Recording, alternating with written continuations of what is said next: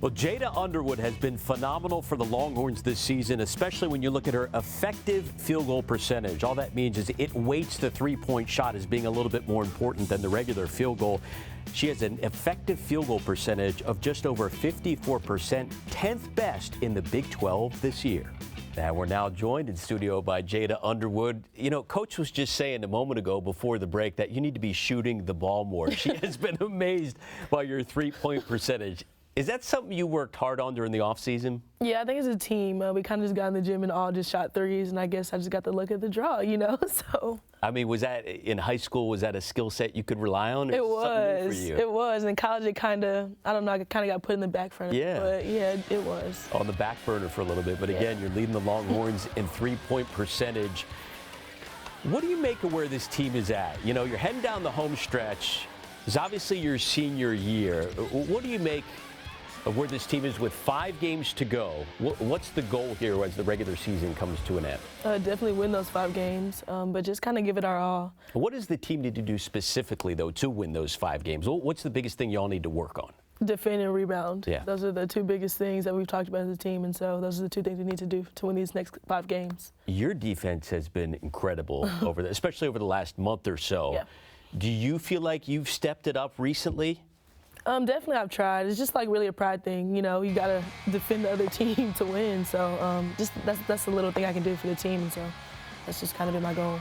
You know, throughout this year, in the last couple of years, you've been in and out of the starting lineup, but Coach feels so comfortable with you in there in the starting lineup now. What do you feel like you bring to the team in that role? You know, we kind of know the surrounding parts, what Charlie, Joyner, Shug brings. What do you bring to that starting lineup? Just the intangibles. I mean, you can't always have the ball in your hands, so you can rebound, you can defend, box out, dive on the floor for loose balls, and just the little things that, you know, a lot of people kind of don't think about. You take pride in that. Yeah.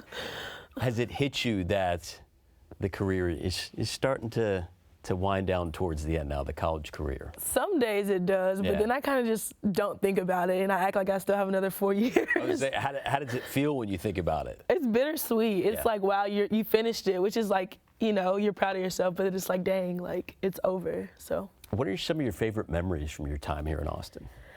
Oh, in Austin, there's a lot of memories. Yeah. I think just with my team, though, this summer we did this intense training camp, and that's just on this boat that we all, like, they'll know what I'm talking about, but, right. you know. But it was a good bonding experience. Yeah, it's just the little memories we have as a team, and, like, you'll never be able to get those back. And yeah. So. Who have you become really close with during your time with the Longhorns? Definitely Joyner and Shug. Those are my 2 amigos right there, but I mean, our underclassmen, that's all we have right now is underclassmen, but our underclassmen, we're all really close, and so just these last couple years have gotten us, you know. Did the underclassmen lean on you for advice? Do they try and pick your brain or keep to themselves more? They pick all of our brains. Yeah. They're not a quiet group. You would think them coming in, they'll be quiet, but they speak their minds. Right. And they'll tell you what it is. I know you do too. Yeah. But they'll listen. So they're a good group. They listen. So they're just a good group to be around. What's the best advice you can pass along to them? Just stay along the course. It gets hard, but as long as you stay along the course, it'll work out at the end of the day. So. What have you learned about yourself throughout this journey?